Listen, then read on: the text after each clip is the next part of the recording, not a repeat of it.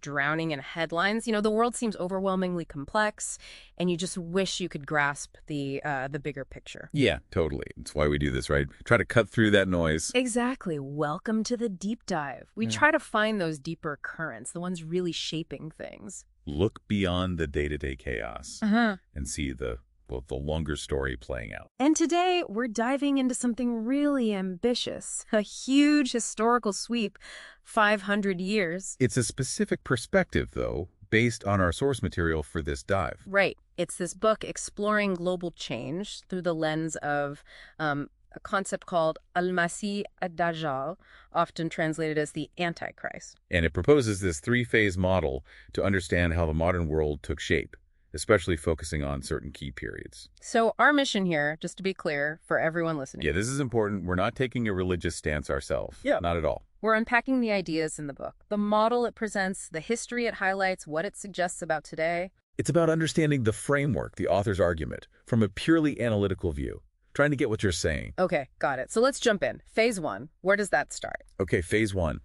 The book sets this from 1492 all the way up to 1875. That's a big chunk of time. Almost 4 centuries. Right, and the book uses this metaphor for it. One day, like a year. One day like a year. What's that supposed to mean? Slower change? Kind of, yeah. Suggests things were unfolding more gradually compared to what comes later, in their model at least. And the book says each phase kicks off with 2 things, a shockwave and agenda-setting events. That's the idea. A big initial jolt, the shockwave, and then key events in the very first decade that sort of set the tone for the whole phase. Okay, so for phase 1, starting 1492, what's the shockwave? Spanish Inquisition. 1492. Right, 1492. Big year. Yeah. End of Muslim rule in Andalusia, Granada falls. Exactly. 781 years of Muslim presence ending there. And what followed, according to the book, was crucial. Forced conversions, expulsions, Muslims and Jews targeted. And the book points out the irony, doesn't it? That Jewish people fleeing Spain actually found safety in the Ottoman Empire. It does. A stark contrast. And the author uses this to introduce a core concept, the shrinking of the two-eyed world. Okay, explain that. Two-eyed world. It's the book's term for a worldview, grounded in divine law, spirituality, seeing with both a physical and a spiritual eye, you could say. And the one-eyed world. That's the opposite. Materialistic, focused on human-made laws, secular power, sort of spiritually blind in the book's view. The Inquisition is framed as a key moment in pushing towards that one-eyed system in the West. And setting a precedent for religious intolerance there. That's the argument, that this event wasn't isolated. It sort of laid groundwork. Which brings up that big question the book asks. Is there a direct line from how Muslims were treated then to things happening even today? Is it rooted in that period, maybe a fear of that two-eyed system returning? It's a huge claim. It is a massive historical interpretation, absolutely. Yeah. It asks you to think about these really long-term connections, these potential underlying fears the author sees driving things for centuries. Okay, so that's the shockwave. What about the agenda-setting events in that first decade, 1492 to 1501? Right. The book highlights a few crucial developments right at the start. First one, Christopher Columbus, 1492 again, and the beginning of colonialism. Obviously Columbus, everyone knows the name, but the book focuses on the shift in goals, right? From gold. Yeah, initially it was gold, valuables. But when that didn't quite materialize as hoped, the focus turned to enslaving the indigenous people. And the book notes Queen Isabella was initially against enslaving Spanish subjects, which seems odd compared to what happened later. It's a point the book makes, yeah.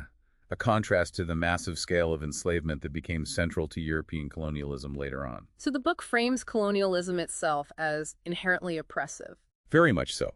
It contrasts it sharply with what it describes as Islamic principles for dealing with conquered peoples within that two-eyed framework, of course. And argues colonialism basically spread this secular man-made system worldwide, tying it into the Antichrist's fitna, the trials and tests. Exactly. That's the connection the author draws. Colonialism as a vehicle for this one-eyed worldview. And it gives examples, right, like King Leopold in the Congo. Oh, yeah.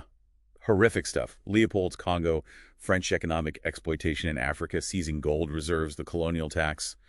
Really stark examples. And the book lists a whole set of negative trends it blames on this post-1492 Western influence. Debt, usury, gambling. Hedonism. Breakdown of family systems. It's a pretty damning list from the book's perspective, linking it all back to the rise of this one-eyed system. Okay, moving on within that first decade. 1497, Vasco da Gama, Right. Opening the sea route to the Indian subcontinent. which was huge for trade, bypassing the old routes. Absolutely massive. It fundamentally shifted global economic power away from the Arab and Ottoman middlemen. But the book highlights a violent incident, too, on his second trip. It does. The burning of a ship with Muslim pilgrims. The author interprets this symbolically as like the arrival of the Antichrist's negative influence, its fitna, in the subcontinent. And this leads into a discussion about imposters, Dajjals, in the book's terms, appearing in India. Yes. The book uses this term, Dajjal, meaning deceiver or impostor, and applies it to figures who introduced, from its perspective, new or mixed faiths. It specifically names Guru Nanak, Founder of Sikhism, the Mughal Emperor Akbar, who promoted his Din-e-Ilahi, a kind of syncretic religion. and Mirza Ghulam Ahmad, founder of the Ahmadiyya movement. So the book sees these as deviations, contrasting them with the Islamic idea of a mujaddid. Exactly. A mujaddid is meant to be a renewer, someone who brings people back to the core faith. The book frames these other figures as doing the opposite. It's part of this wider fitna pulling people away. Interesting. Then the focus shifts to the East India Company, the EIC. Right. The book talks about the immense wealth of the subcontinent under the Mughals and how that changed drastically after the EIC arrived. It wasn't just trade for long, was it? No. It started as trade, but steadily morphed into political control, conquest. The book argues the EIC systematically dismantled Islamic rule and institutions, imposing that one-eyed, secular system. And Macaulay's education system comes up here. Big time. The book emphasizes Macaulay's goal. Create a class of Indians who are, English in taste, in opinions, in morals, and in intellect, designed to disconnect them from their own culture and religion. And the book argues its impact is still felt today. Very much so. It also points to the suppression of Islamic scholars, especially after the 1857 rebellion, as part of this deliberate dismantling. So the EIC's legacy, in the book's view, is what? Undermining religion. Undermining divine religion, yeah. Bringing in figures the book paints as traitors, like Mir Jafar and Mir Sadiq, and leaving behind that Macaulay education system, plus divisions between communities. Which the book connects to the later partition of India. It draws that link, yes, suggesting the seeds were sown much earlier through deliberate segregation. And this all ties into a point about modern Pakistan. It does.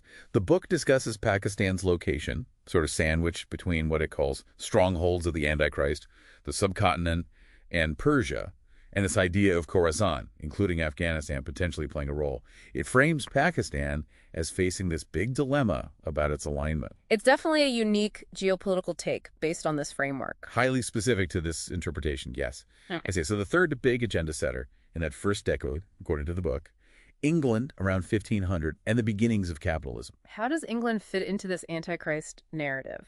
The book suggests it's complex. It mentions the challenge to the Tudors in the 1490s, Perkin Warbeck, Right, the pretender. and suggests maybe that insecurity fostered a drive for dominance in England, sort of psychological underpinning. And then the break with Rome, Henry VIII. Yes, 1534, establishing the Anglican Church. The book floats the idea that this split, creating a church potentially more open to things like usury. Lending money at interest. Right.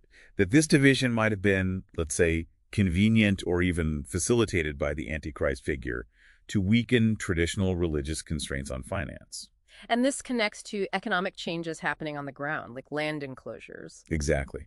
The book mentions the context of enclosures, creating a landless population in England in the 15th and 16th centuries. This social upheaval is seen as part of the backdrop. Which leads to the return of Jewish moneylenders to England around 1600. Yes. The book explicitly links their return, after previous expulsions across Europe for moneylending, to the rise of capitalism and usury in England.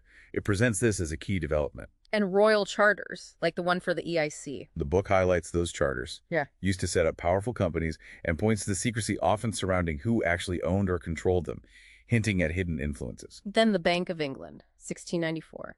Crucial moment. England's national debt was growing, mainly from wars. The bank was established partly funded by loans from Jewish financiers, the book emphasizes. It views this system, built on debt and usury, as fundamentally harmful. And the City of London itself gets special attention. Oh, definitely. It's portrayed as this unique entity, almost a state within a state, its own governance. Like the Vatican, but for money, for mammon. That's the analogy the book uses, yeah. A center for mammon worship. And it suggests its establishment as this powerful financial hub could have been influenced by the Antichrist to drive global corruption through finance. It's a very strong claim. Wow. Okay.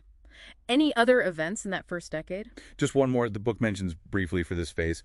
Persia declaring itself a Shia state in 1501. Doesn't go deep into it here, but flags it as significant in the bigger 500-year picture of shifting powers. So wrapping up phase one then, 1492 to 1875, the book sees this as the groundwork being laid, the start of this one-eyed system taking over. That's the core idea.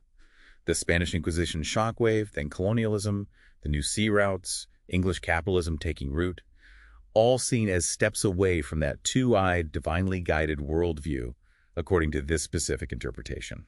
It's a lot to take in, a really distinct way of looking at nearly 400 years of history. Absolutely. And just to stress again, we've been exploring the perspective presented in the book. That's our source for this deep dive. Right. So a question for you, the listener, to think about, maybe mull over, based on what we discussed. Yeah, like think about those figures the book called imposters in the subcontinent, Guru Nanak, Akbar, Mirza Ghulam Ahmad.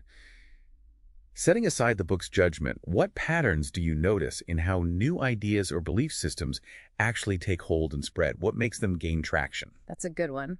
Or maybe how does this idea, this concept the book uses of a one-eyed versus a two-eyed world, does that resonate at all with how you see challenges or conflicts in the world today? Does it offer a useful metaphor, even if you don't buy the whole framework? It's just something to chew on. See if looking through this particular lens, the one from the book, changes how you perceive certain historical or even current events. And like we said, this is really just scratching the surface of this 500-year model. This was only phase one. Loads more to unpack. We'll definitely be diving into phase two and phase three in future sessions. So stick with us for the next part of this deep dive.